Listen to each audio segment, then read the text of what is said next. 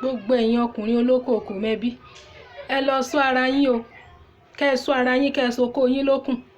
Torí gbogbo àwọn ọmọ tẹ́ ń tàn jẹ, tẹ́ ń purọ́ mọ́, tẹ́ ń bá sùn kiri, tẹ́ ń dó kiri àdúgbò yìí, níjọ́ tí wọ́n bá ka yín ẹ̀wọ̀n lẹ máa kú sí o.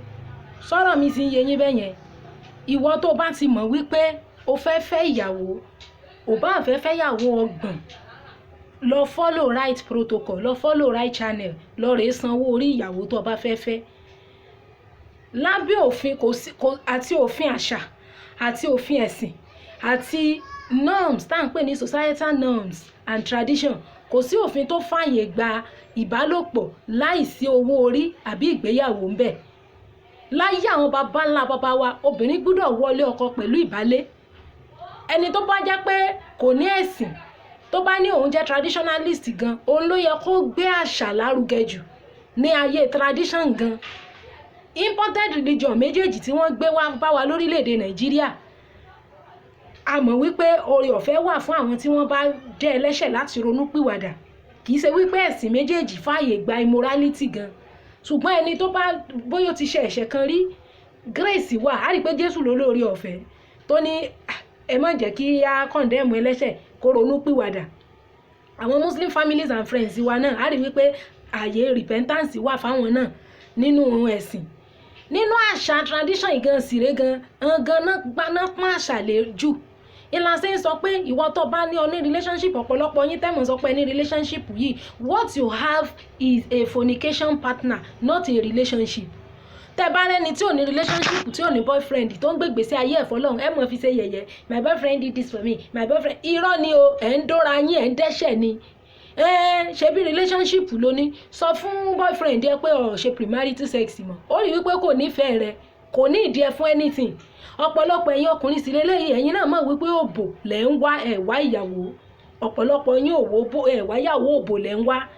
Tẹ́ ẹ bá sọ́ra yín, àwọn àjẹ́ ti pọ̀ ń gbòòrò ní ìsìn o, àwọn èmèrè, àwọn ọ̀gbáǹjẹ tó ṣe wípé wọ́n lójú wájú, wọ́n tún ní lẹ́yìn. Ẹ lọ soko yín lókùn. Èmi ò sì rí yín bú. Ọ̀pọ̀lọpọ̀ obìnrin míì ti bìlífù pé láìsọkùnrin òun ò lè gbélé ayé. Èmi ò mọ bí tán ti rí yín kà, ìyìn mọ bí tán ti kọ́rú àwọn ẹ̀kọ́ yẹn. So ẹ lọ soko yín lókùn o, kẹ́ ẹ ṣọ́ ara yín gidi. Anybody tó bá ń sọ fún yín pé ẹ lè mọ dóra yín láì tí ìgbéyàwó, ẹni ọ̀run àpáàdì ní tì yín lọ o. Sọ̀rọ̀ mi ti yé yín.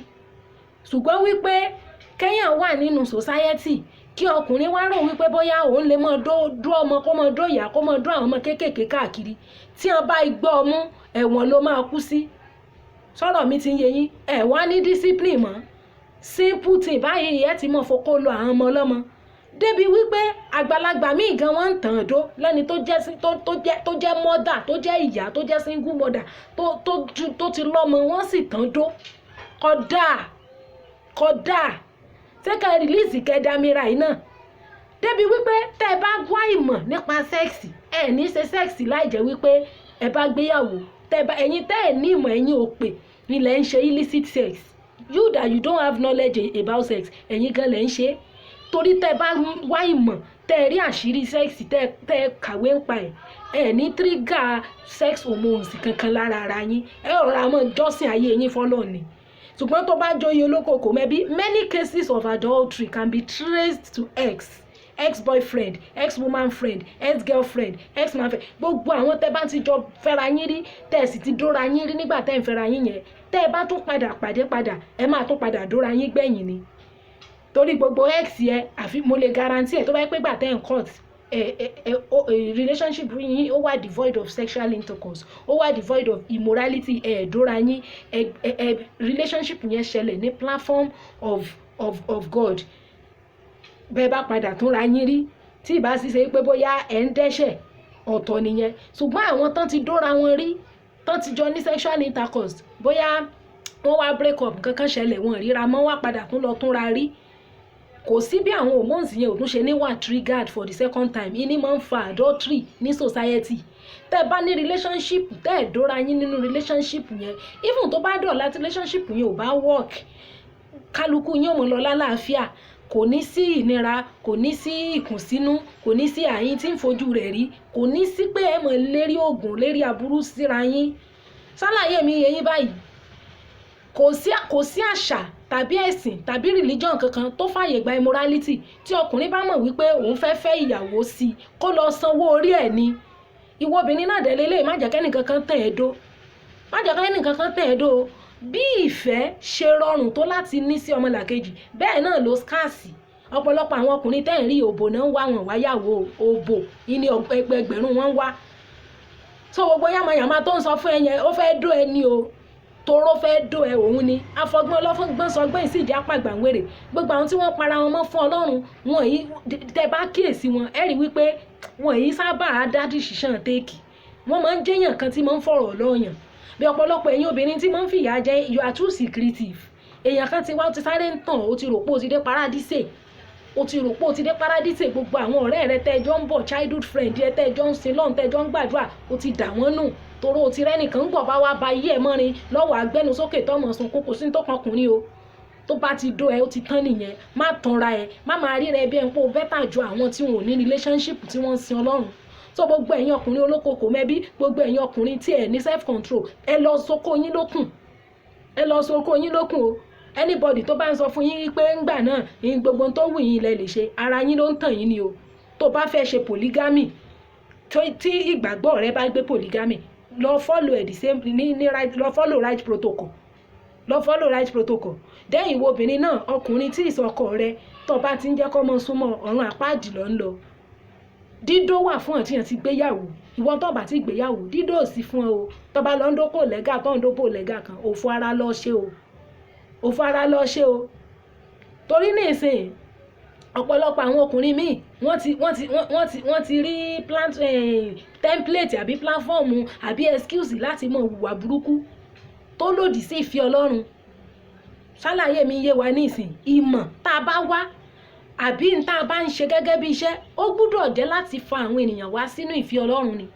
So yá báhùn kì í ṣe wípé àwa máa lò ó yàtọ̀ fún nǹkan tí Ọlọ́run fẹ́.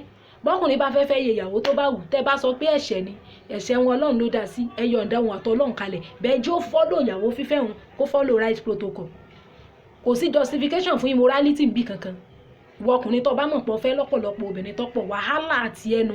Ṣùgbọ́n pé àwọn ọmọ kéékèèké tẹ́ ẹ̀ mú mọ́lẹ̀ kiri ilẹ̀, èyí tí ẹ bá kánú yín yọ sẹ́wọ̀n láyé yóò tún lọ́rùn àpáàdì ní ọ́fíìsì ilé o. Ṣàlàyé mi ti ń yé ní ẹ̀sìn.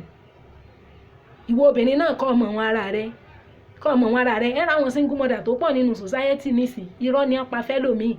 Ẹlòmíì ọmọ rẹ̀ gan, àwọn ọmọ rẹ̀ gan bàbá ọ̀tọ̀ọ̀tọ̀ ló ní wọn because ìgbà tí bàbá àkọ́kọ́ yẹn ti tàn jẹ. Gbogbo single mother wọn kì í ṣe pé wíwọ́ọ̀dù o, wọ́n ń tàn wọ́n ni o. Ọlọ́run gbọ́. Single mother míì ìgbà tẹ́ni tó kọ́ bímọ fún tó tàn, ìgbà tí kejì yẹn dé ìyẹn náà tún mú sí lórí pé tó bá ti lóyún fún mi màá fẹ́ kìnìkan. Ìwọ yẹ kó wá apply wisdom pé ẹni tó kọ́kọ́ bímọ àkọ́kọ́ fún tó purọ́ fún ẹ yẹn, ìwọ náà tó bá mọ̀ pé ò purọ́ kó ní ìṣó lọ́dọ̀ àwọn òbí ẹ náà, kó lọ sanwó orí ẹ kó fẹ́ ẹ náà. O ti wá rò wípé bóyá nítorí pé ó ti mú sí ọ lórí, ìwọ náà wá gbogbo lẹ̀. Ìlọmọ ẹlòmíì fi pé 2 3 nínú single mother kì í ṣe pé wọ́n rìnrìn àrè o, kì í ṣe pé wọ́n wéwọ́ọ̀dù. Ìwọ tó bá ń para ẹ mọ́ fún Ọlọ́run continue bẹ́ẹ̀ yẹn o. Ìwọ tó bá sì mọ̀ wípé bọ́yá o ti bímọ rí, má jẹ́ kọ́kùnrin kankan ó dó ọ o. Tí ó bá sanwó orí ẹ kó fi ọ lẹ́gálè, tí ó bá ti lè fi ọ kó mọ gbókó ẹ lọ. Torí okó wọn tí máa ń léwu nìkan iná ni wọ́n ánsà sí. Òbò náà wá wọn wáyàwó o. Olóko kò mẹ́bí lọ́pọ̀lọpọ̀ wọn bẹ́ẹ̀ bá fọmọ tí wọ́n ó dó ọmọ kẹ́ tó dé. So yé báyìí ní ìsìn sex ò sí fún ìwọ tó ti gbéyàwó. A sì ti ìgbà tá a ṣe sex education fún àwọn ọmọdé àti jẹ́ kí kó yé wọn tó ń pè ní private part tó ń pè ní public part pé anybody ò gbọ́dọ̀ rí, anybody ò gbọ́dọ̀ fọwọ́ kàn, anybody ò gbọ́dọ̀ fi ṣeré. Èmi nìkan ni mo ní fi ń jẹ́ private part. A dẹ̀ jẹ́ kó yé wọn the difference between good touch and bad touch. Any touch in any of your private part is a bad touch. You must restrict it, you must shout, you must report to your mommy when you get home. And you must stay away from that person. You must scream and raise alarm irrespective of ẹni tó bá wù kó jẹ́. Tọ́rọ̀ mi yẹn báyìí náà ẹ̀sìn. Àìmọye àwọn ọkùnrin tí wọ́n dàgbà tí wọn ò mọbìnrin o. Virgin brothers, virgin sisters tán pọ̀ bí mi èṣù. So ẹ má tanra yín, ẹ má fi pé bí àǹtorókò yín ti ń léwu, ẹ lè lọ́mọ ti bọ anywhere tẹ́ ẹ bá rí. Tó dóbò lẹ́gà kan, okó ẹ̀ máa kú mọ́ lábẹ́ ni. Okó rẹ̀ ò ní lè mọ́ tí Jésù ò fi dé. Bẹ́ẹ̀ ni. kẹ́ ẹ ṣàgbéjẹ́ mọ́wọ́ o ọ̀rọ̀ tèmi ò lópin sí yín.